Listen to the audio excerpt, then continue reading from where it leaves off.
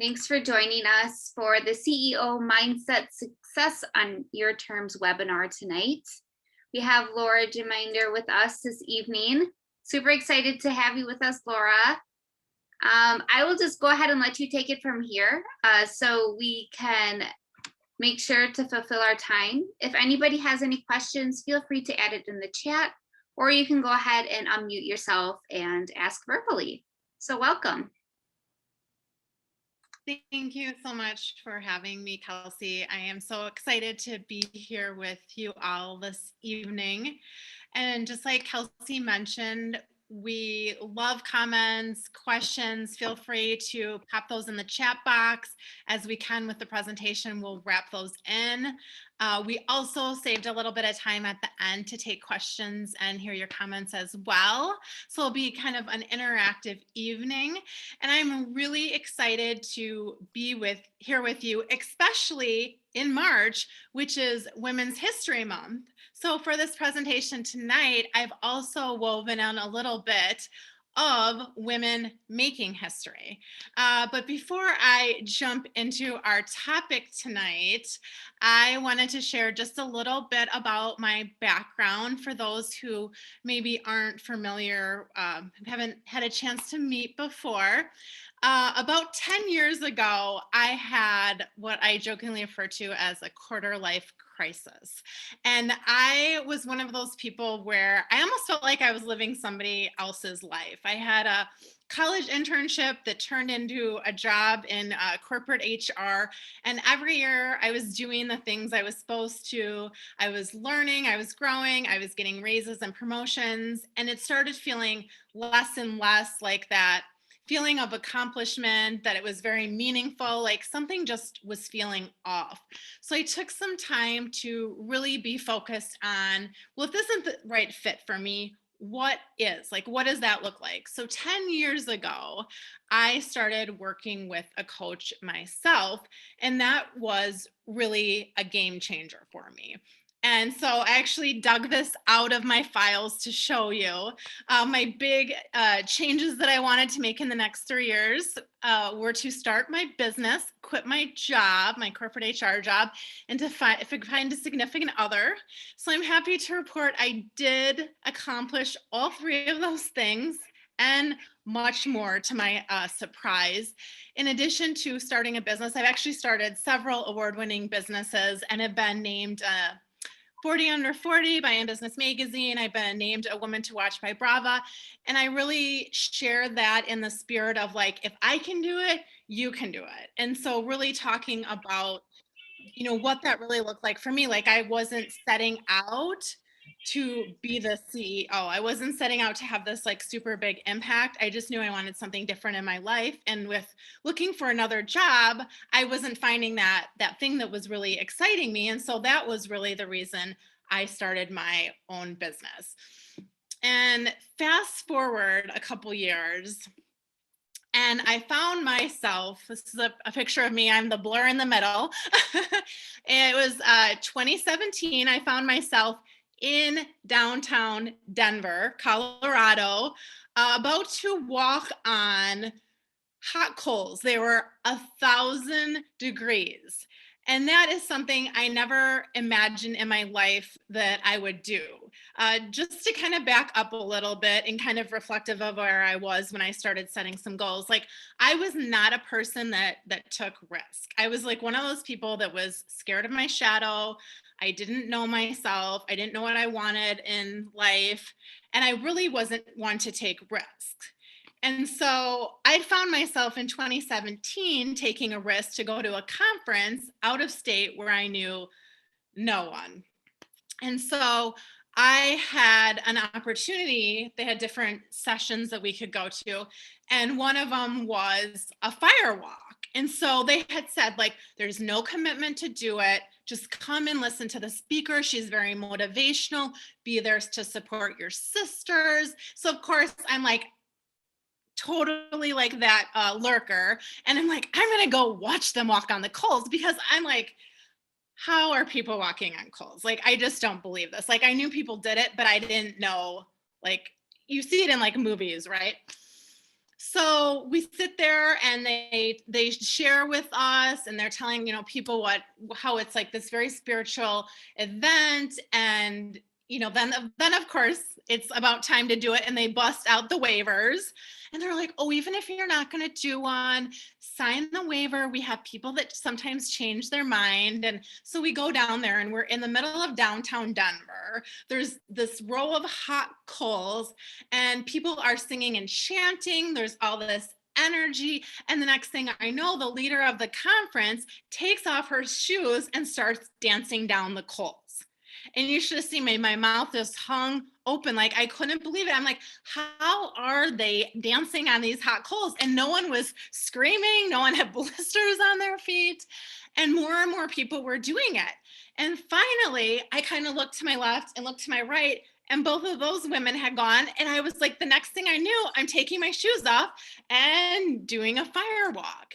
And to me, I share that because it's so symbolic of whether you think you can or think you can't, you are right. Like, hypothetically, if you touched a hot pan on the stove, right? That's not even 1,000 degrees. You're going to burn your hand. That's going to hurt. And I can tell you, I don't know the science behind it, but I was able to walk on those hot coals. And it was part of it because they teach you how to think that you can. And so you do it. And so that was really one of those aha moments that I had, where it was like, what does it look like if we're able to hack our mindset? If we're able to believe that the impossible is possible. And so tonight we're really going to be talking about what that CEO mindset looks like. And part of this evolution for me has been around, how do you define success, right? We're talking about your CEO mindset and creating success on your terms. So I'm curious whether you want to share now in the chat box, or I'll ask again in a different way towards the end. But what does that mean for you? How do you define success? And the reason that I ask you is because for so many of us, like, I wasn't sure what success is. I could tell you what it wasn't, because I didn't feel successful, because I wasn't happy. I didn't like my job, and really a lot of things were out of whack. But at that time, it was very comfortable to just say I'm in the wrong job, versus to be like, yeah, my whole life isn't really going the way I planned it to be. And of course I can laugh now because I'm in a different spot, but oh, I love this. So they're sharing the successes around philanthropy and feeling accomplished, means having balance and synergy in life. Oh, that's beautiful. I love that. Keep them coming. And thinking about, like, how do you define success? And really why I'm challenging you to reflect on that during our time together tonight is because I feel like we have especially us women, have a very strong, our culture sends a very strong message of what is success. And what does success look like, right?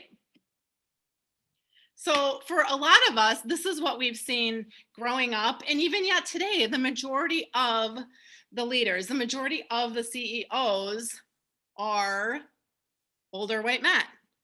And so that is a problem, in that obviously I could spend more than an hour and a half on why that is a problem. But for the context of our discussion is the fact that, like, what does it look like if this is the role model you've seen? And it's really hard to dream about being something that you don't see. If you can't see people doing what you want to do, and it's hard to be what you can't see. And so I know when I was starting a business, for me, it was like, I'm starting a business. I have a small business. People would ask what my title was. Like, I didn't even know what to say, like, because I didn't see myself as a CEO. I didn't necessarily see myself as an entrepreneur. And it took a lot of time to, like, grow into that mindset that I could be that, because I didn't see it. And then I was even what that looked like to be a CEO, whether you're a male CEO or a female CEO, like, what did that look like? And so for me, I've been looking for examples. And I don't know if any of you recognize that blonde in the middle. If you don't, let me introduce you to someone who is a role model for me. Her name is Sarah Blakely. She just turned 50. This was her 50th birthday party.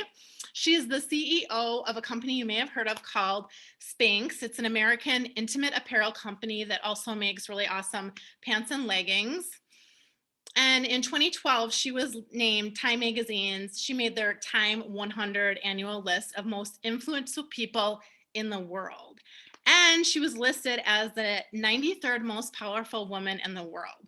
And so, one of the reasons I look up to Sarah is because, I mean, how often do you think of CEO and someone who's rocking the roller drum with their friends, right? But I love the energy that she brings, and she totally embraces who she is.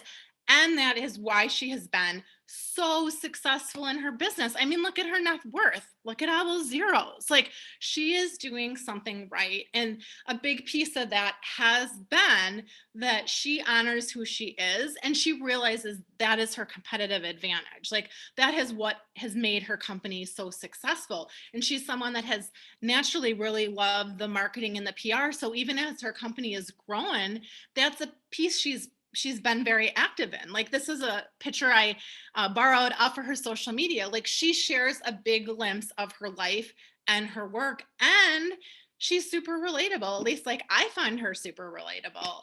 And to know that she was able to build up that empire. And so to have those women, to have those role models around us, to see something like that is to be able to believe that you can do it as well. And I saw this on entrepreneur.com, a wonderful reminder. The most successful entrepreneurs share a way of looking at the world and responding to it that's essentially optimistic and action oriented. A mindset that's generative and resilient and often runs counter to the lessons we learn in school. My job here is done. One quote, and it really sums it up. But I think that that's such a big piece of it. Like, I always think about mindset and strategy going hand in hand. And it's really not just having those ideas, it's being able to act on them. It's about being resilient. It's about taking those risks and then learning from them. And I think the last sentence, lessons we learned in school, counter to the lessons we learn in school, that so much of having a CEO mindset, so much of being a successful leader, so much of being successful in your business is about unlearning. And that's something that we're going to talk about quite a bit tonight. And if my examples thus far haven't made my point, I hope that this is one point that really does stay with you, is your mindset is everything.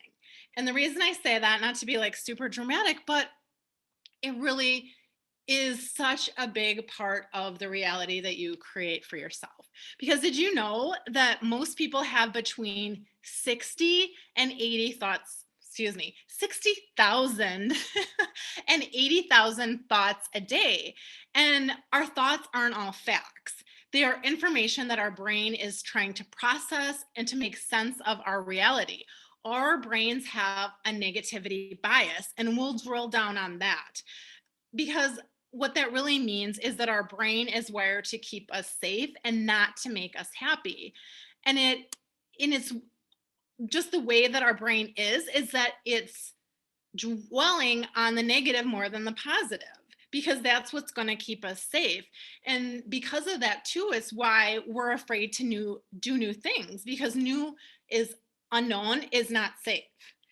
And so really thinking about, what does that look like if our mind, if we have to kind of do an override, that was the word I was looking for, and thinking about how do we show up, right? And so everybody I know in one way or another struggles with their mindset. And so some people have been able to overcome it more. Some people are able to rewire our circuits towards the positive. But thinking about and giving you even some examples of like how I have seen it show up and really hold people back, and myself included in that category, definitely. But thinking about just even how we talk about ourselves, how we talk about our ideas. This is just a few expressions and things that we may have even said that are very, very minimizing. And this is language, especially that women kind of fall to as kind of a protective behavior, but saying, I'll try, I don't know, this might sound stupid, but does that make sense? I just wanted to add, actually, this might be a crazy idea. I'm sorry. And sometimes we're just apologizing for like taking up space. And so thinking about how we're talking about ourselves, because when we're talking, right, like we're reflecting our values, we're reflecting our internal world. And so knowing that the way that we talk about ourselves can shape how we're feeling about ourselves, and not only that, but how other people view us as leaders, and to really think about it. And I highlighted I'm sorry because that's one, like hashtag sorry, not sorry, like to banish that one out. Like, don't be sorry for being you, like rock being you. But I think about like one of the stories that came up for me is a couple years ago now, and I was walking down State Street with one of my friends who just happened to be a former client, and we were chatting away. It was a nice summer evening, no cares, right? Pre-COVID, rocking the world. And all of a sudden we run into people and they were like, "Oh, hi, it's so good to see you." They were talking to the woman I was with, and they're like, "Oh my gosh, we've seen you like everywhere on social media." And this woman had been doing a big launch for her business. And she goes, "Oh, I'm so sorry." And I, of course, like had to like game face, but I was like, why are you apologizing for sharing your business? Why are you apologizing for taking a risk and launching something new? And it was just one of those moments too, because they didn't even bring it up like, "Oh, we're annoyed, we're constantly seeing you on Facebook." Like they meant it as like, "We've been following along on your journey and we're proud of you." But thinking about how something like that can just be like a natural response, right? Like, "Oh, I'm sorry. I didn't mean to annoy you. I didn't mean to take up space." And so thinking about how our words really do shape how we see ourselves as, our CEO mindset, how we see ourselves as a leader, and how other people see ourselves too. And so we're going to talk about some strategies to move past some of the things that might hold ourselves back, or with our language that might minimize some of the things that we want to do, right? To really be able to show up as that strong leader, and make those decisions, and really be embraced and respected as a CEO. And one of the things I think is such a good offset is thinking about your intuition. It's your override. It's for your cure for overthinking. It brings you back to yourself. It's that powerful sense of knowing, and those messages that we really need to be at that high level of leadership. And when we are doubting ourselves, we'll talk a little bit about that negative inner voice, the negative critic or mean girl or whatever you might call that. But our intuition is our inner wisdom. And so thinking about in your situations that you are in, thinking about what your intuition is telling you, like to go within. And you may have seen when I shared that goals page, but one of my goals was to be a certified life coach. I'm both a certified life coach and a certified business coach. But one of the things I loved about my training is that the philosophy behind it was that we are creative, we are resourceful, and whole. People that work with a coach, it's like trying to be a little bit better every day. And I do really believe that we are creative, resourceful, and whole. And like any problem that comes our way, a lot of times we tell ourselves, "I don't know what to do. I don't know the answer." We look outside of ourselves instead of saying, "What is my intuition telling me? What can I get curious about? And if I truly don't know something, who can help me to get answers?" But ultimately knowing, like at the end of the day, I'm the one that's making the decisions. And that's a big shift too, right? To taking that ownness of yourself and what that looks like in your business or as a leader. And I saw, and thinking about the intuition and shifting into kind of thinking about these messages that we're sending ourselves, right? And what does it look like to have a CEO mindset? And another way to think about it too, and a term that's gotten very popular, is a growth mindset. And so I saw this study by Dr. Carol Dweck, who is a psychologist at Stanford. And her research on growth mindset has captivated a generation of educators in America. And her key insight is this: a growth mindset allows you to see each setback as an opportunity for learning and growing, and difficulty must be reframed as a challenge. Initial failures become a not yet. You have to unlearn or learn and unlearn at the same time.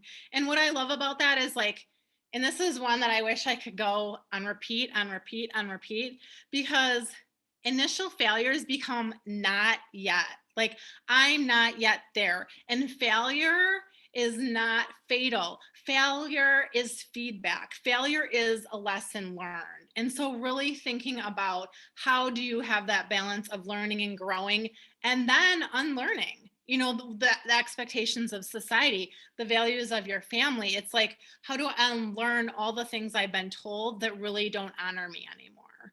And then thinking about it too, another key takeaway was learn through story, not just through theory. And so thinking about learning through story is that most people learn best through experiences of other entrepreneurs. And that's why tonight I'll be weaving some of those in. Like, that's why I was like, I got to tell you about Sarah's roller drone birthday party, right? Like, so that we're learning through other entrepreneurs, we're getting different examples and really what it looks like to have that narrative and to really make the theory stick, that those two are going to go hand in hand. And then the third takeaway is adopt a daily habit to reinforce new mindsets. And I'll be talking about some tips a little bit later on, but having that daily habit, whether that is mindfulness, whether that is journaling, whether that is mantras, but having something to reinforce new mindsets, new habits, new behaviors, and really know that it's important to listen to read, and to write. But it's not enough. Like, you have to act on what you've learned to live a new mindset, right? Like, you're growing into the version of your best self. And so how do you do that with a new mindset? And it's continually reinforcing that. Like, I think about like the little kids at the beach. Of course, I'm dreaming about summer, right? But like the little kids at the beach where they're like building their sandcastle, they're digging the moat. And then the second they stop, what happens? All the water comes back and it's like they never even were making a sandcastle. So it's kind of like that, in that if you don't keep digging, don't keep reinforcing those mindsets, that it's so easy to slip away and to not have those new habits and create that lifestyle. And so thinking about kind of some of those takeaways on that growth mindset, on some of the things to do to really make what we're talking about tonight really stick. And so talking about really sticking, I was scrolling because, like I said, I wanted to share women making history. And I didn't want to just have the same examples that everyone uses, because there are so few women that we really kind of fall back to, like talking about Oprah, for example. Everyone knows Oprah is super, super successful. So one of the things I did was to say, okay, who can we talk about that isn't maybe a household name right now? And so I found this article on Janice Bryant Howrod. I hope that's how you say her name. But she was the founder and CEO of Act One. And her claim to fame is that she is the first Black woman to operate a $1 billion company. And I think that is so cool. And I also think she moved to LA in 1976 with $900 to her name. Like, talk about courage, talk about bravery, talk about chasing your dreams and building your confidence, to move to LA with $900 to her name. And 2 years later, she founded Act One, despite not even owning a fax machine. She just had a phone. She grew the company through word of mouth and by adding a new type of service based on the services that her clients needed. And so I think having these women as examples to really be like, because I don't know about you, but if I had $900 and that was all I had, I don't know that I'd be moving to LA, right? And so like to take that big risk and also to think about it too, part of our mindset, and why I love that example, is having a money mindset. And so what is it like for Janice? Like, she's living in abundance, right? Like, she is trusting herself. She's not worrying so much about the how, and she is going after her dreams. And so with our mindset, a big piece of that also for women in business can be the money mindset, and to be really limited. For example, raising prices. Oh my goodness, I can't raise prices. We're in the middle of a pandemic. Well, that may be true, or that may not be true, depending on what your business is, what your results are, right? Supply and demand. We're thinking about hiring help. Maybe you're a solopreneur and you're burning yourself out. You can't keep up at 60 hours a week. Versus if you hired a virtual assistant to help for 10, you might all of a sudden be attracting new clients. You're freeing yourself up. Like, it could be a small investment into the virtual assistant and a larger income for all those new clients that you can sign on. But a lot of times we think about that initial small investment into the business, and it hesitates, right? Because we have to put trust and faith when we bring someone else into our business. But even our money mindset can give us preconceived notions about our clients, right? Like, if someone has money or doesn't have money, and what we might price our services at to be attracting those people.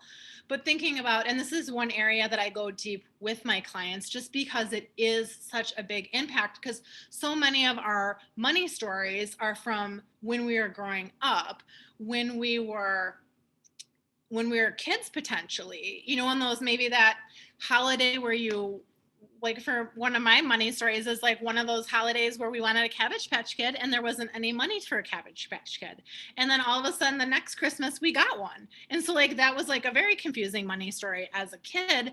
And to be able to kind of process through some of that, to be like, those are the messages that you get. And then how do you reframe that to a more positive, to say, if that's something that's important to us, let's find the money. If that's something that's important to us, let's be saving the money.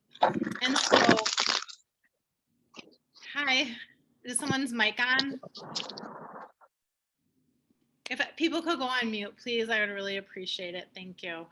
And so thinking about too, with the CEO mindset, and really doing a lot to protect your mindset and to protect your confidence in your self-esteem. And one of the things for me that came up, and maybe you have experienced this too, from shifting from employee to entrepreneur, that really changes.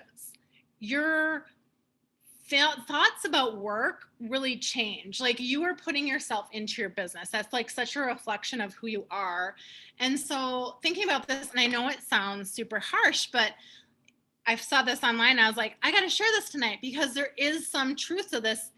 Life is like an elevator. Sometimes on the way up, you need to stop and let some people off. And so I think of it more as a season, a reason, or a lifetime. Like, people are in our lives for different reasons. And so thinking about Jim Rohn, there's a Jim Rohn quote that I always think about that says, you are the sum of the 5 people you spend the most time with. And so I know for me, who I spent time with when I had a corporate job and a corporate paycheck, and then now as an entrepreneur, like, it's just a different lifestyle. And so for me, there has been an evolution of who I'm friends with, and what those conversations might look like. Whereas when I was really kind of feeling like I was living the wrong life when I was in corporate America, maybe I had some friends that would commiserate with me, versus now those same people would be like, oh my gosh, enough about your business. Like, they're like, it's happy hour, just have a drink, shut up already. But thinking about, when you protect your time, when you're protecting your energy, when you're focused on being your best, who are those people that you want very close to you, that are going to support you and challenge you? Because that's the idea too, is like, letting people off as the elevator is going up, and then who are the people that you want to help, the visual ladder, the success to the top floor. Like, who are those people that are really going to challenge you and help you grow in that way, and honor your ambition, right? And so thinking about, sometimes we need to let people off the elevator and sometimes we need to let people on the elevator. One of the things that I wanted to invite you to do is to get social. And if you want to share your contact information, I know that this world we're living in makes connecting and networking a little bit hard, but we're all here to grow. And so feel free, if you want, to put your contact information in the chat box. If you like people connecting with you on LinkedIn, you could grow your network that way. Or maybe you're on social media and want to throw up your Instagram handle, feel free to do that now or later. But I just wanted to throw that out there in case anyone wants to do that, just knowing that it is a nice way to connect, because you're already someone who is in your evening here talking about, growing your mindset and being your best self and really stepping up as a leader. And so just knowing that you already have that kind of in common. And we, Madison College is such a cool community here too. So I'm sure that some of you have been on other webinars and things together. So I just wanted to take a little time to invite you to do things like that as well. And then, I love this. Kelsey says, setting goals and achieving them above and beyond expectations. Yes, absolutely. It's such a big part of this as well, because that's where we're building our confidence and our self-esteem, when we take actions and really be able to expand past our comfort zone. And speaking of what that really looks like, to have the clarity and the confidence, and thinking about what you want to do, and to really be able to get like super clear on that as well, because thinking about our mindset, and to be able to really be focused on, whether you're starting your business, whether you're growing your business, but knowing those pieces can go hand in hand. That the more clarity you have, the more you're acting with intention, the more that is going to really be growing your confidence, right? Because it's very hard, because and I love this graphic of, I'm a mission, I'm a woman on a mission too. And then there's all these really really positive intentions, but just really, again, coming back to your value and your why in your business, and the things that are really most important for you.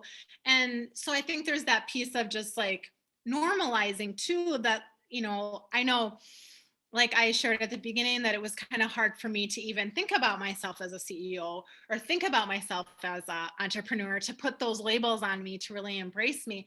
And it was interesting because earlier this year, I was mentoring two women, and they didn't know. It was like a confidential situation, but I was like, oh, these two women are so alike, and they'd be such a compliment if they ever met, and they had similar goals. And so I told the two about each other. They were in the same program, but they didn't know that they were each my client or whatever.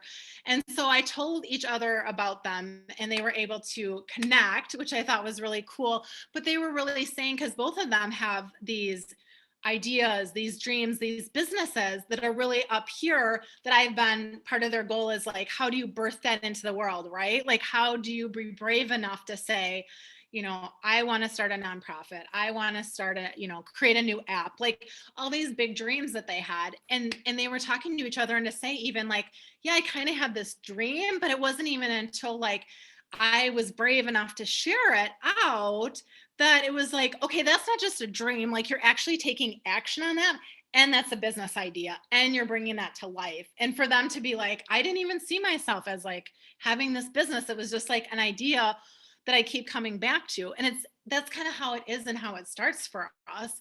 And so thinking about just what that really can look like, it's like permission to dream, and to really own that, right? To step into your brilliance. And so a lot of times for us as women, I share this because we're talking about kind of the unlearning, right?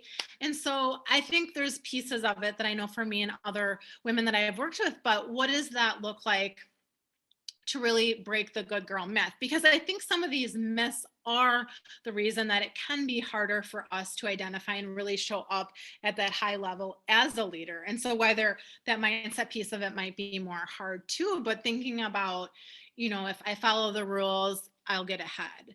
I must perform in a high level in all areas of my life without breaking a sweat, kind of that superwoman idea.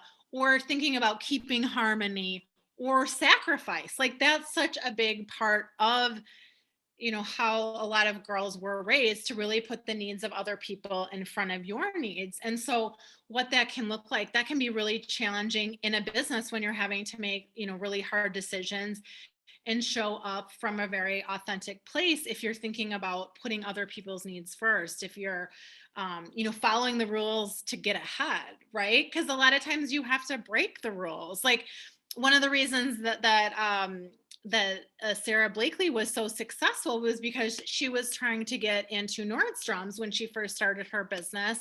And they're like, okay, we'll give you a test run. And so she and her brother would go over there and buy all her inventory so that she sold enough so that she could get permanent placement in there. But a lot of times we hesitate to like break rules or think outside the box, right? To like really kind of hold back who we are, and to really have kind of more of a challenge of taking the risk. And thinking about that even goes a step farther too. Like we think we should do certain things. We think we should act a certain way. Like even kind of like our idea of who is a CEO? What does a CEO do? What do they act like? How do they dress? Like having some of those things that kind of pop up on ourselves, when really when we think about the things we should do, is that often whatever we're attaching to the word should is probably not in alignment with our intuition. It's probably not in alignment with what we really want to do if we could do anything. It's probably somebody else's idea. It's probably somebody else's value. And that's why you're really resistant to that. And so when that does come up, those shoulds, like those are the moments too where we can either build up our confidence and our mindset, or when we do something that we feel like we should, or maybe our heart's not in it, like those are the times that it really erodes our self-esteem, because we're not acting in alignment with our values and from a place of authenticity. And so, but sometimes we do that too on like fear, right? Like if we're in a place where we're struggling through decisions, where we don't know what to do. And so talking a little bit about what it looks like, that piece of fear. And so I have an A, B, C, or D question for you all. So thinking about fear, our emotions are A, an annoyance, B, all fabricated, C, messengers, or D, something to be annoyed about. And sometimes I joke and think like all of the above, right? But really, truly, our emotions are first and foremost messengers. And so the more that we can embrace our emotions and listen to what they're telling us, the more that we are really able to show up really fully as leaders, and to know where the fear might come from. Like I have shared before, but I get stage fright. Like I'm a professional speaker and I still get nerves that come up a bit when I go to speak. And so knowing that, and knowing that just means it's because I care about this. I love this topic. Like I want to do Kelsey proud, Madison College proud for having me here tonight. But like thinking about like, if my fear comes up, what is that trying to tell me? And I'm still showing up. I'm still here, even though it's scary. And so that's really where the growth in life is to be able to stretch past our comfort zone. Because like I shared earlier, our brain is trying so very hard to keep us safe, but it's not worried about our happiness. And so for me, I know that what I'm doing to be able to share this kind of a message, to be able to be here with you tonight, like that makes me happy. That makes me feel fulfilled in my business. And so in order to be able to have the truest expression of my life, I have a lot of fear, right? And so I kind of think back to the time 10 years ago before I started this journey. I had almost no fear, and I was bored and I was unfulfilled and I was unhappy. And so it's kind of the trade off, right? Like to push past your fear is hard, and to not push past your fear, to not make change, to not take risks in life, to be, the kind of on the Groundhog's Day, day after day after day, that's a whole different kind of hard. So sometimes we just have to choose our heart in life. Oh, and I love this, Robert. Hi, Robert. You must do the thing you think you cannot do. Absolutely. Right. And then what is that powerful message back to yourself when you do the thing that you think that you cannot do? Like whatever is on the other side of your fear is that is where life really happens, is on the other side of our fear. And so thinking about just how fear can really come up, because that's the thing, it's like one thing to be an employee, and then there's the other thing to really own your own business, and you have more risks, so you have more fear. And so there's kind of that constant state of putting yourself out there. If you're particularly, like if you're a service provider, and of course if you have products, like everyone faces rejection that just really like looks very different and things. So um thinking about what that really looks like to have that piece of fear, and how that can really hold you back as a CEO, as that entrepreneur, as that leader that you really want to be. And so how do you kind of manage through some of that? And so one of the things I think that comes up quite a bit is, like, again, with like the fear, we don't necessarily make the best decisions that we could make. And so thinking about, as we are um, leaders, as we are doing and being amazing things in the world, putting up boundaries is a really big thing. And I find it especially hard for the world that we're living in, right? We're not working, we're working from home, we're at home working and living in our workspaces. Like, it's just, our world is like flipped upside down. People have lost jobs or underemployed. Like, everything for most people is just very different, and it can be very hard. And it's even harder too with where we are and how much stress we might have, to have boundaries. And especially for the ambitious people, those leaders, the ones that really are feeling called to do and to be, having boundaries around your time and energy is so very important, because the idea of doing less is just not coded into high achieving people's sense of self. And I don't know who can relate to this. And I don't know, like, just between me and you, some days I'm there, right? Like, I'm just going to be that high achiever. I'm going to get a ton of stuff done. And then other days, like, I'm kind of a puddle laying on the couch because I never get to see and hug my friends anymore. And like, woe is me. Like, it's just hard right now. So there is that ebb and flow. And there is the tendency to be high achieving and to have that achieving, the doing, is where our sense of self-esteem can come in too. And so that's something to really be keeping top of mind, to say, what does that look like if I'm doing versus if I'm being in the world, right? That high level of being intentional and really doing the things that are most meaningful in life. And I totally joke. Who can relate to this one? Me. I need some help around here. Also me. Not like that. Here, I'll do it. Oh, my inner perfectionist, right? I always say I am a recovering perfectionist. Some days I'm better than others, especially when my stress is more minimal and I'm doing my self-care. But thinking about this in the context of business development and leadership, really, what does that look like if we're having a hard time delegating? Like, that is something that can hold us back. That is something that can really get in the way. If you have a team and you're not delegating, that can demoralize them. That might be you are withholding the opportunity for them to be learning and growing in their role. Like, it can just create a lot of problems. And the thing is, there's only one of you, and you only have so much time and even less energy. And so thinking about it from like that perspective of just progress over perfection, and to really be focused on like, how can I be moving things forward, and knowing, and this is something I have to remind myself quite a lot, but like, perfect doesn't exist.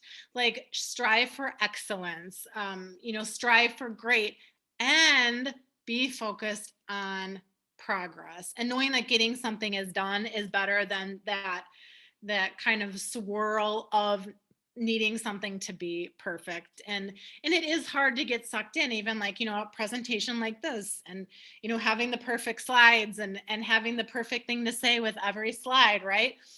And at the end of the day, I hope it's an inspiring message. I hope that it motivates you to really step up as a CEO and a leader. But having like, don't lose sight of like the things that are really important. And I think, to me, like, that's what my perfectionism does. And it slows me down.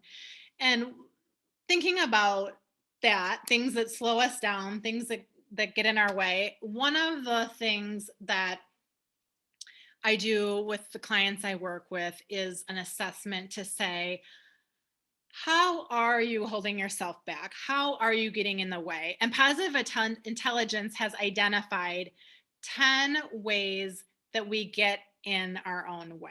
And what is not on the screen is judger, being judging. And so every human being on the entire planet judges, right? And so there is some behaviors, and there is some benefits to judging. Like, we're always trying to keep ourselves safe, but knowing that that's one.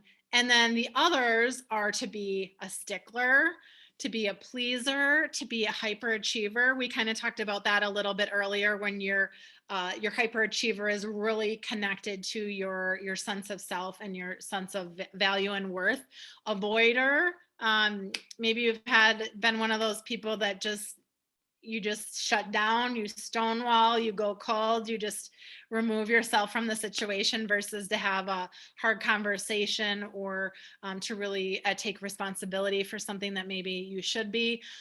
Being hyper vigilant, always the overthinkers, always being on the watch, being a victim, right? Like, what that kind of really looks like if we're never taking responsibility, if we're always placing a lot of blame.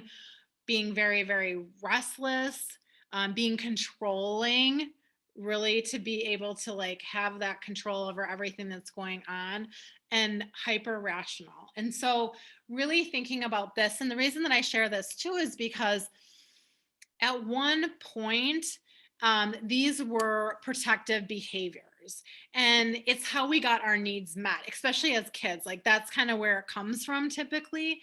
But as adults, these are the way that we can hold ourselves back.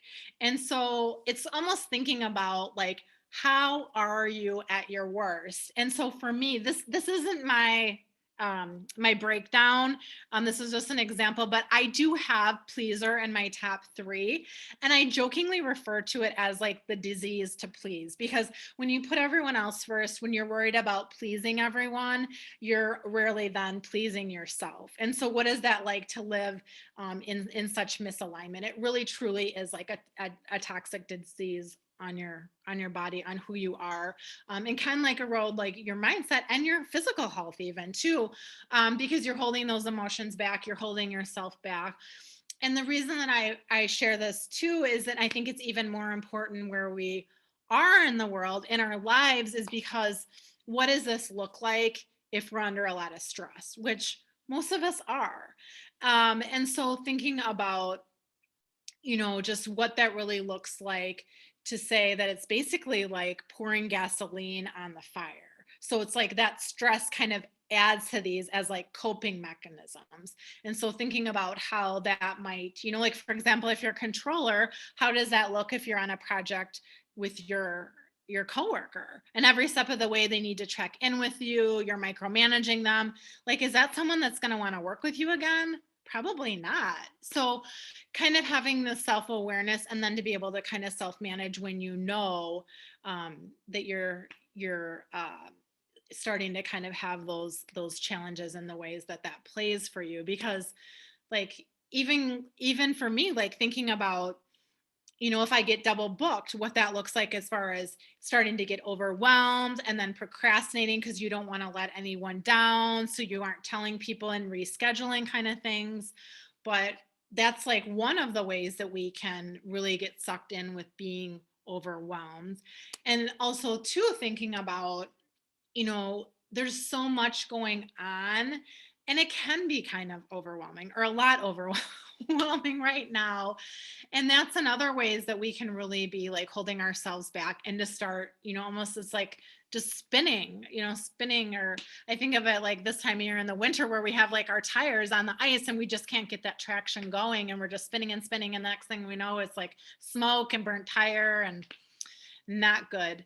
But thinking about, if we're in overwhelm, like how do you shift out of that? Like how do you use your CEO mindset to really like take control of what's going on and get super focused? And so I think about it like, how can you manage your energy versus, like, a lot of times the techniques that we're told are more about managing your time. And so thinking of that, like, everything can be important, but not everything can be urgent. And so really kind of being focused on those things that are most urgent, so that we can be really focused on what needs to get done. Because also, I don't know if you've noticed it, but like I feel like attention span, like even having some of that brain fog, being able to stay on task, being able to complete things, like it's just really hard right now. And in a little bit, I'll share the one question you need to ask yourself to move past overwhelm or make a hard decision in your business. But in the meantime, I wanted to talk a little bit about story time. Um, but thinking about, um, so our brain is always trying to make sense of the world that we're living in, and as such, we're always telling we're always the stories that we are telling ourselves, and the stories we tell ourselves, they establish our identity, we establish the kind of person that we are. They also give our lives meaning, right? Like there's some value to telling stories. They help us to make sense of the world and to guide our actions. Like they fill in the blanks for our mind, because our mind is always trying to react, and like the faster it can react, the better. So that's why it doesn't like new stuff, because there is no roadmap, there's no game plan. So it's always trying to go back to something you may have been through that's kind of similar, and then predict that out. So our minds, the way that they work, those stories can be super limiting, because like who you are today is not the same person you were a year ago or 10 years ago. Or even like some of those like limiting beliefs that we had. And I'm definitely one, like, but they even think about like from like the childhood, thinking about, what subjects did you tell yourself that you were good at? What subjects did you tell yourself you were not good at, right? Like, I'm not a math person, like that's one that maybe came up, especially for women. And that's really been very limiting, and like what people maybe have thought that they could do for, their profession, or even, accelerating. Like I know I chose purposely not to take advanced math in college because I got a 4 credit D. But a lot of that could have just been the mental piece of who I think is a math person, or that I'm not a math person, but thinking of those things that can be really destructive. And there are a lot of people who tell themselves stories that make them think like, it's even worse than I'm not a math person. It's like, I'll never amount to anything. I'm a loser. I ruin everything I touch, right? Like those really negative, that inner voice, that critic, like that piece of it that is in those voices, maybe we got criticized by a family member, maybe we got criticized by a friend, maybe we got criticized by a teacher, but those things that we have really held on to and have now created the tapestry of who we are, that's part of that fiber, and that's in like our subconscious, and that is really holding us back in ways that we aren't even necessarily maybe aware of. And so a big piece of having that CEO mindset and being more powerful is thinking about starting to pay attention to the story that we tell ourselves and to others. And like we were talking about earlier, just even some of the ways in our vocabulary, or some of the ways like, are you the hero of your own story? Like when you're sharing things about your business, when you're out there promoting, like what does that really look like? And what comes to mind for me is I had sat at a table a couple years back, and we were going around, and it was a table full of women entrepreneurs, and they were getting ready to do their pitch, and it was like very, very preliminary. It was like our first meeting of just kind of starting to like spitball some of what they might talk about that would then evolve into, you know, a more formal pitch that you might hear for someone to go after some virtual capital. So that's really big, because just in general, women don't get the capital investment in anywhere near the same amounts that men do. And so just that there were these powerhouse women sitting around in a supportive community. They were there to cheer each other on. They were there to really be highlighting what they're doing. And they each went around, and I will still, to the day I die, I will not forget one of the women, because she wanted to share out two stories, two versions of her story in her business. And I won't go into like all the details just to protect her confidence, but she was going to be creating or had created an app. And so there was the two stories, and one story went something like, I'm in a small town.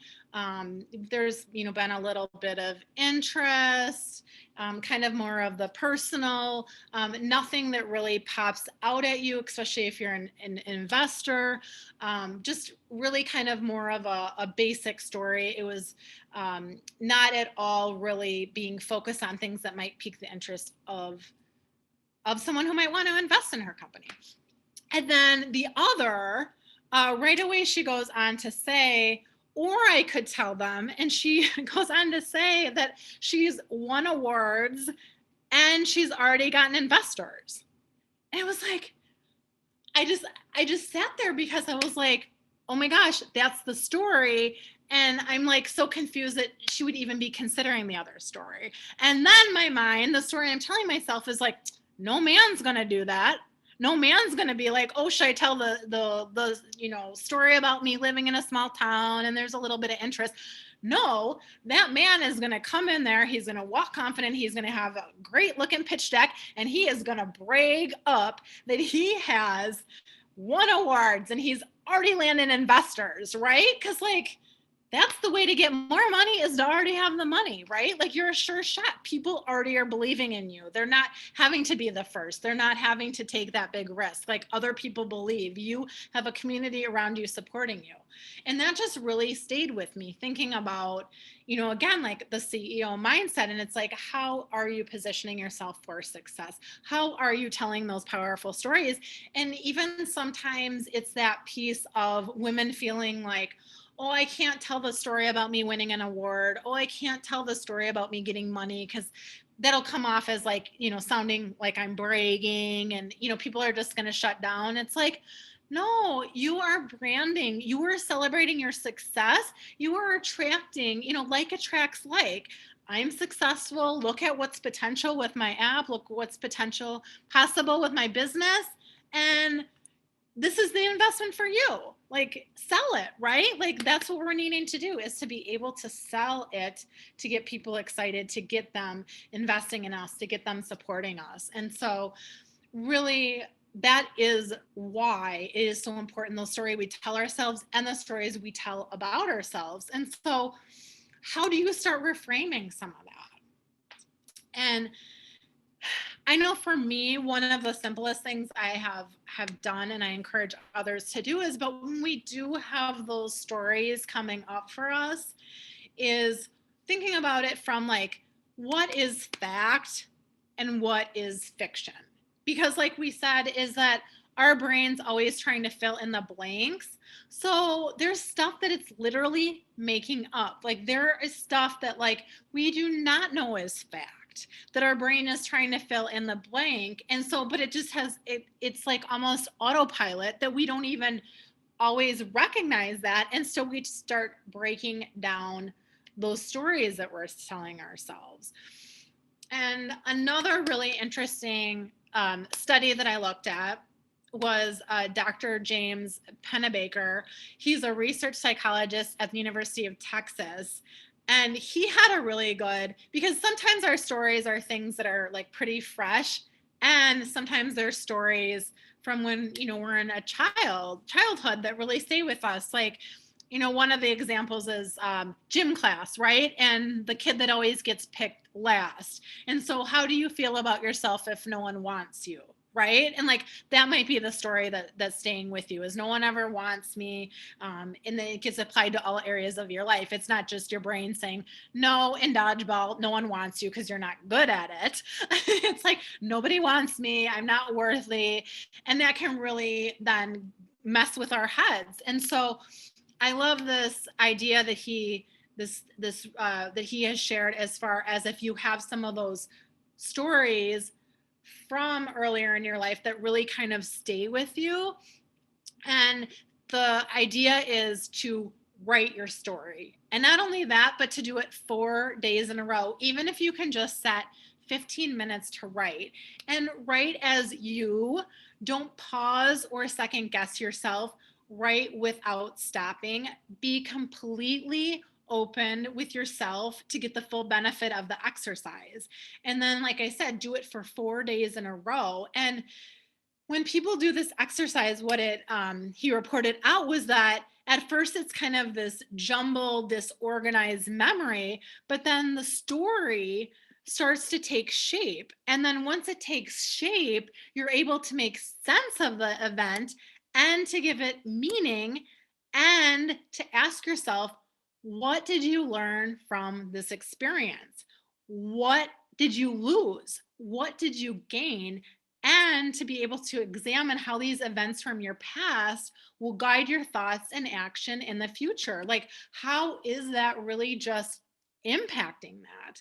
And so I think like that's such a very powerful piece of it, right? Because it's so different if we tell ourselves, I didn't get picked, no one wants me, in just spiral into this big negative, versus to say, well, it's because I wasn't really good at dodgeball, but I'm awesome at everything else in my life. And so I'm putting that in the context of what that story was in my life, right? And that's the lesson that you learned. It's like, I'm not good at sports, but I'm awesome at investing and I'm a millionaire, right? I mean, aren't those this is the stories you hear about, right? Like the kid that was picked on when they were little. But um, I love it. Oh, Rochelle's sharing. I wish I could hear the rest of your. Oh, she had to go. Oh, I'm glad you were here. Thank you so much. Um, and so I have a few tips to really kind of drill down what it takes to, wherever you are with your CEO mindset, wherever you are as a leader, and whether you think you can or think you can't, you are right. And so I just want to share some of the stuff that comes up a lot with like, how do you grow that? Like, no matter what your baseline is, we can always do better, right? So thinking about, this is one of my favorites, is start before you are ready, because you're never gonna feel ready. And this is one that kind of brings up the conversation around imposter syndrome. Can anyone relate? But it's actually up to 70% of people have had imposter syndrome at some point or another. And for those that maybe aren't familiar with the term, it describes feeling of severe inadequacy and self-doubt that can leave people fearing that they will be exposed as a fraud. Often it plays out in our work lives, and it can affect anyone regardless of success. Like, in fact, more successful, like highly successful people have it because they are so successful, and really stretching past your comfort zone and doing big things really triggers those thoughts of being a fraud and being found out. And one of the things I thought was interesting when I started researching it too was the fact that, like, just again, like where I've been in the world and my own personal struggles and where I am here today, like I just assumed it was mostly women, but it really is something that both men and women are experiencing. And so talking about the story you're telling yourself and kind of reframing that, it's actually the silver lining of it is like if you are having that, that means you are on the right track. That means you are stretching past your comfort zone. So when you have things like that, how do you move past that? Start before you're ready and remind yourself, I deserve to be where I am. And then really be focused on the facts of the situation and your past success. But starting before you're ready, taking on those risks, like you are ready, you are the CEO, you are the leader.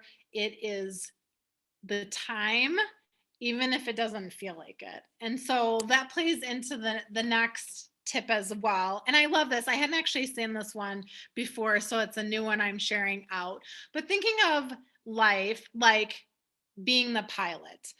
And say it's thinking about be the pilot and not the flight attendant, and nothing and no way negative to anyone who is part of the process of traveling, but thinking about it from the fact that, like, when you are the pilot, like you're the one making the decision where it's going and it's bigger priorities, right? And so thinking about it from that perspective, you are running the show. When you have your business, you are running the show as the leader. You make the rules and you set the pace. And so being that pilot and having that mindset coming into it, that you are the one to be focused on the big priorities, you are the one deciding where your organization is going. Another great reminder that I love is the 80-20 rule. I don't know if anyone has heard of this one before, but it's also known as the Pareto principle. Where in life, scientifically, it's been proven that 80% of outcomes come from only 20% of your actions. What? I'll say that again. 80% of outcomes come from 20% of your actions. So 60% of the stuff I'm doing isn't bringing me the results I want. What a waste of time. Now I got to like laser focus on that 60%, right? But thinking about it, so the question then becomes, and this is the big one. This is the question. So the question becomes to ask ourselves is, how do I focus on those 20% of activities that give me the majority of results I need to hit my goals? The question, I'll repeat it again. How do I focus on those 20% of activities that give me the majority of results I need to hit my goals? And so that would be my challenge to you today, tonight. But thinking about how that applies to your life, like what are some of those 60% of activities that maybe aren't getting you the results that you're wanting? And maybe even within that, like we talked about delegating earlier, maybe there's some of those things within that 60% where we can ditch, delegate, delay, but really kind of taking an overhaul of everything you're doing, and to be able to, again, have some boundaries, manage your time and energy, and to be like laser focused on the 20% of the activities that are getting you the results that you need and want to hit your goals. And I think of it too as like, especially it's really important when we have to make hard decisions. It's like, is this getting me closer to my goals or farther from them, right? To be just like have that laser focus on the things that are most important to you. And so coming at it from a place of one of the many ways of being able to really manage your energy by being super intentional with how you use your days. And another way to be really intentional with your energy is and I love this when I saw it, called leader care.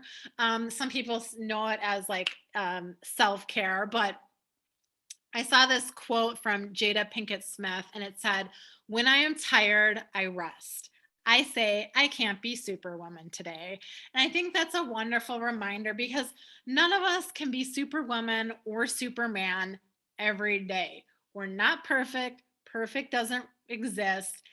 And especially now, we need to take really good care of ourselves so that we can be our best selves, to really be, charging your battery. Like, I know there's the meme that goes around on social media where you have a picture of your cell phone with the batteries on red, and people are like flipping out trying to find the cord. And it's like, yeah, but how does that look for you? Like, if you're down into the red and your battery is almost exhausted, how are you taking good care of yourself? And I think for our conversation tonight, to like zoom out a bit, and like, self-care is not always baths.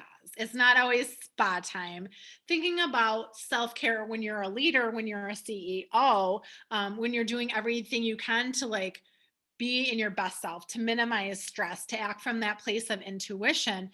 Some of the self care might look like creating white space in your calendar, taking time to process the day, the emotions, to strategize, to align your values and actions, versus so often we're on autopilot, right? But to give ourselves that gift. And that's another way to like build and reinforce that CEO mindset. It's like, how can I put myself in the best spot to be at my peak mentally? And so, of course, then I also have to have a feed your brain, right? Because it's like you're treating your body and you're treating your mind. Like, those that go together to be your best self. And so I'm going to tell you something that people do not say enough. And so, obviously, with feeding your brain and this beautiful a picture of really yummy food, I know this is so bad of me, especially as you're here over your dinner hour, probably making you hungry. But thinking about good food and good thoughts, right? Feed your brain with good food and good thoughts. And so the thing that I'm going to say that people do not say enough is that there was a screen at the beginning of like, how do you define success? What is a successful entrepreneur? And I would tell you that I almost think of it as like a secret weapon. And I think of it that way, not because it needs to be kept a secret, but again, because people don't talk enough about the fact that like the people that you're seeing that are hyper successful, the very ambitious people that are going after big goals, that are accomplishing big things. And I say this because I've coached hundreds, if not thousands of people. I coach at Fortune 500s, I coach entrepreneurs, and not only what I see, but what other coaches see as well. Like, I have that, the behind the scenes kind of a view on life sometimes because of the fortunate role that I am in.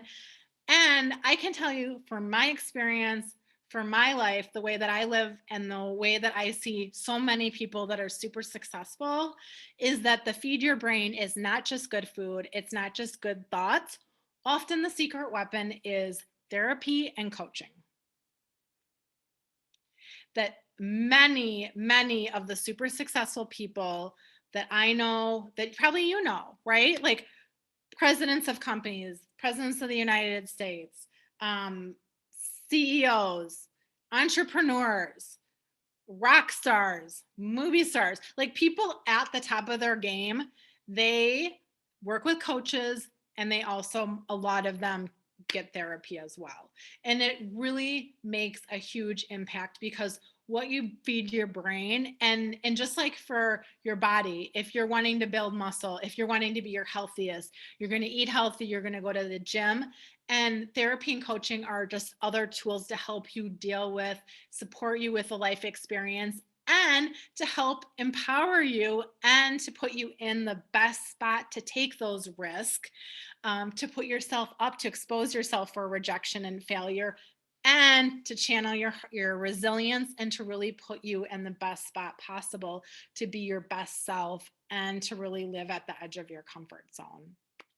And so I think that is very important. And like I said, people do not talk enough about that. I know there's still a bit of a stigma with some of that, but it is so very, very helpful for all the evolutions of who we have been in our life, all our chapters. It's still every day is that piece of us until you honor that experience and move past some of that. And so that's a very important part of it too. And then also, these are the things that we do for ourselves and turn inward.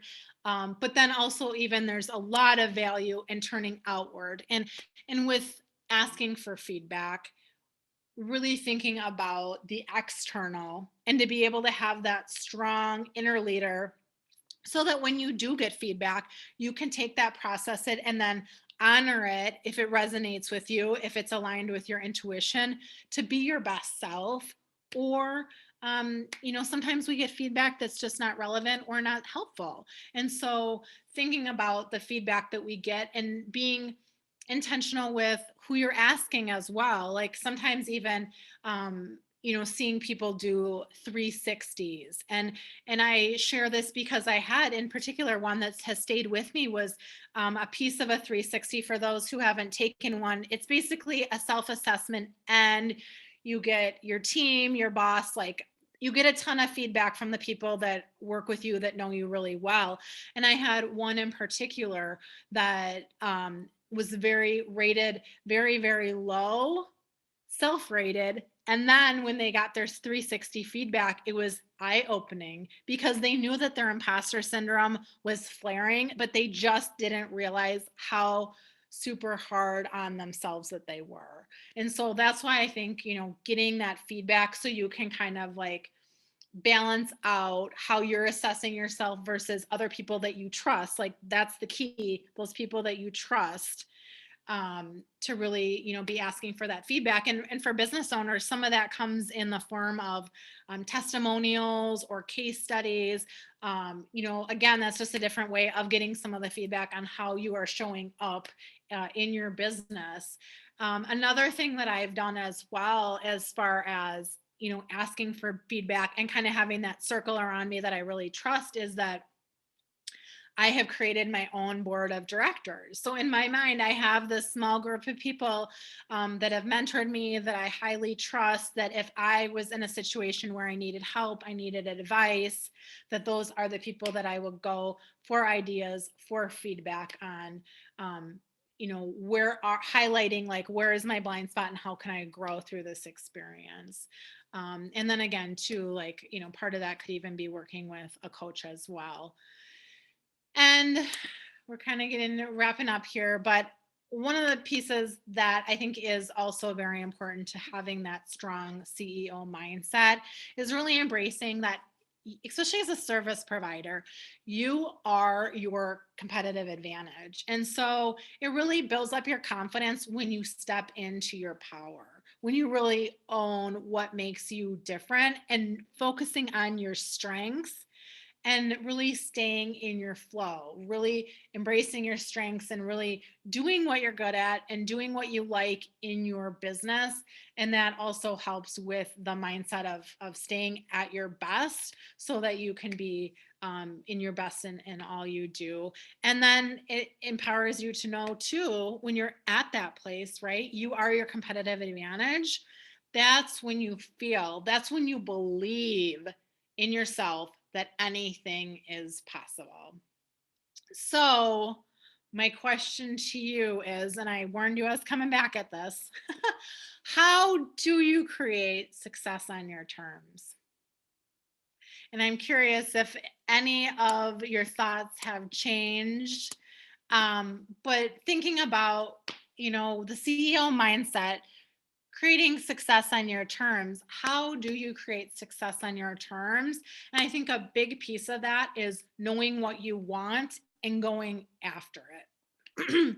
And so, speaking of knowing what you want and going after it, I got to highlight one more awesome lady out there making history. So, you may have seen this lady's face plastered across the news in the last month or so.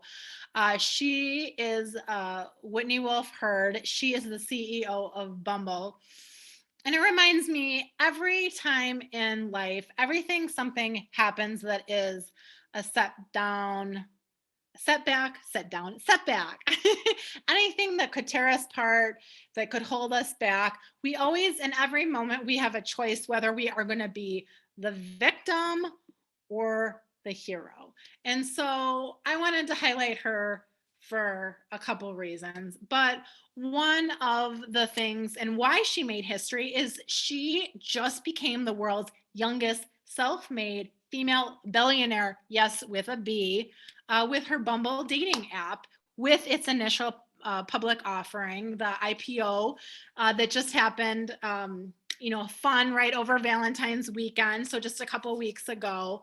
And the thing about her is that, like, friggin' awesome. She's a billionaire. She has this amazing company. And what's even, to me, what inspires me, what impresses me is that she founded Bumble in 2014. After leaving, she was an executive at Tinder, where she ended up suing her fellow co-founders for sexual harassment and discrimination.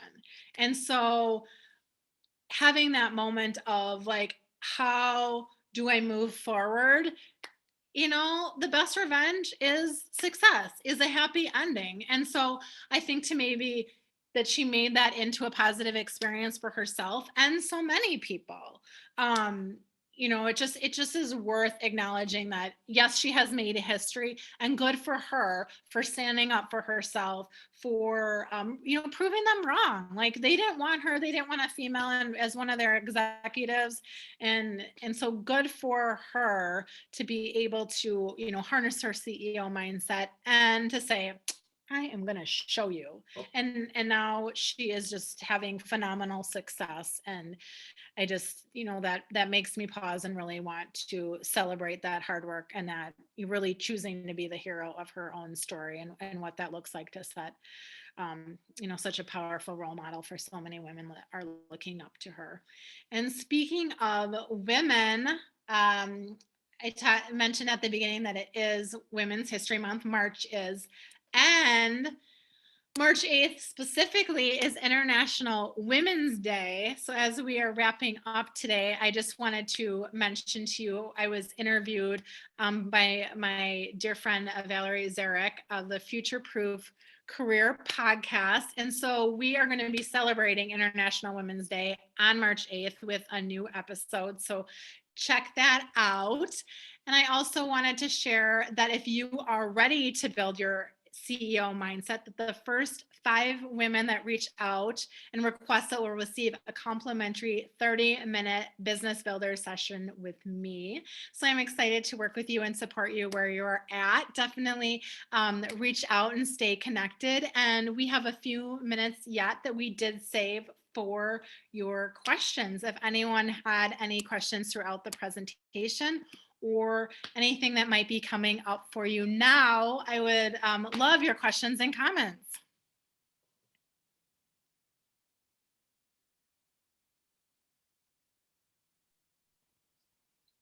Hi, Laura. My name is Eric.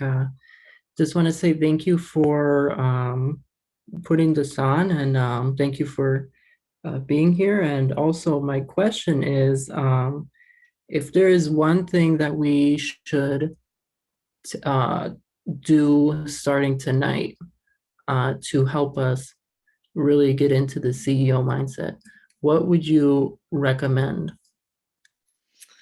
Oh, thank you, Eric, for the nice compliments and for being here. And I think that's such a great question. If there's like only one thing to do, I really find a lot of value, especially as like starting in like positive mantras, to have those positive statements. They address any of the areas where you feel like you hesitate, where you feel like you're maybe not as secure, but really having those positive mantras or even quotes, but kind of some of those things where you're starting to rewire your brain by either saying, I am enough.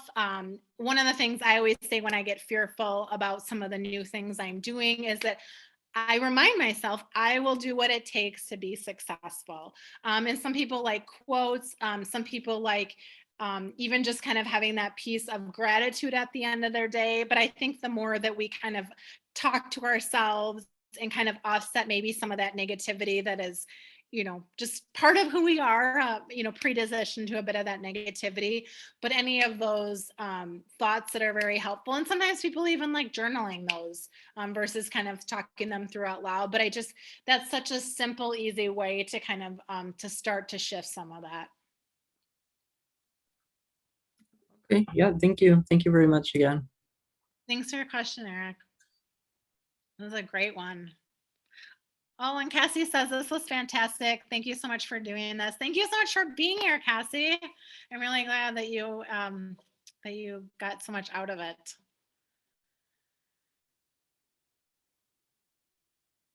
Oh, yes. Thank you, Kelsey. Kelsey put in the chat box. I get to come back.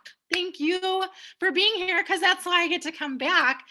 So April Fools, and it's no joke, I really am going to be here, except we're going to be over the lunch hour next time on April 1st. And the topic is ready or not, the time is now, and you are ready. You are ready, right? Like I said a bit earlier. So that'll be another high energy one as well. So I hope you can join for that.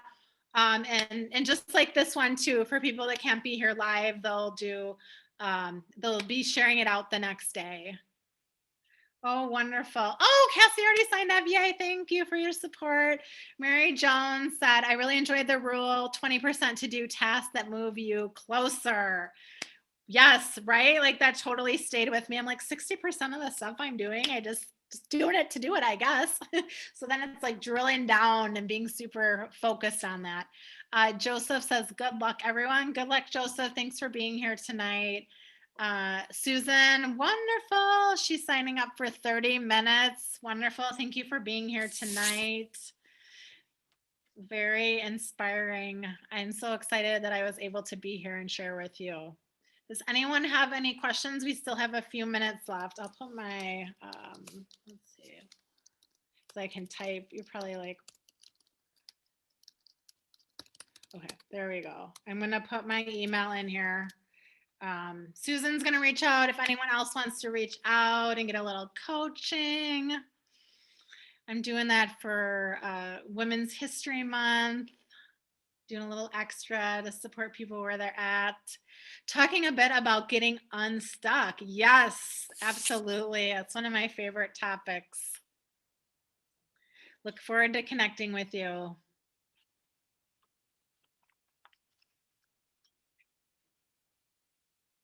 Awesome. Thank you, Laura. Oh, my pleasure.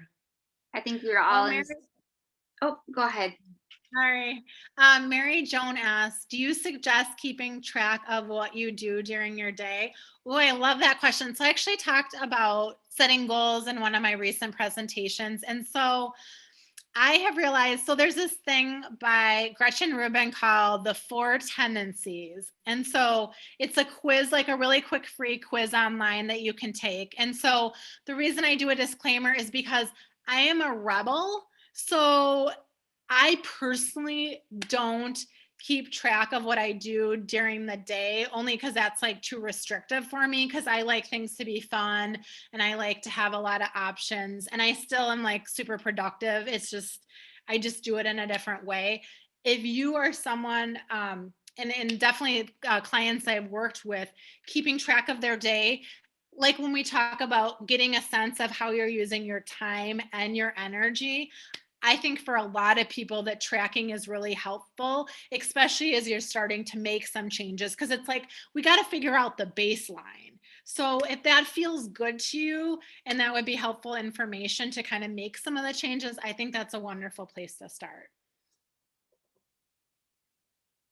Just to see where you can switch out tasks to the ones with greater returns. Absolutely. Yep. As you're tracking that, like, what are the things that are moving you forward in your business or as a leader? What are those 20% to be able to kind of start to get a feel for some of that? Exactly. Good point.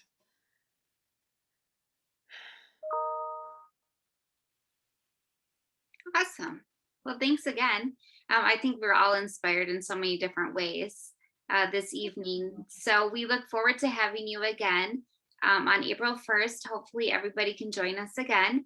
I will be sending a recording of this webinar out today, so feel free to rewatch, or if you would like to send it to somebody else who might find value in it, please do so. So thanks again, everyone, and I hope you have a great evening.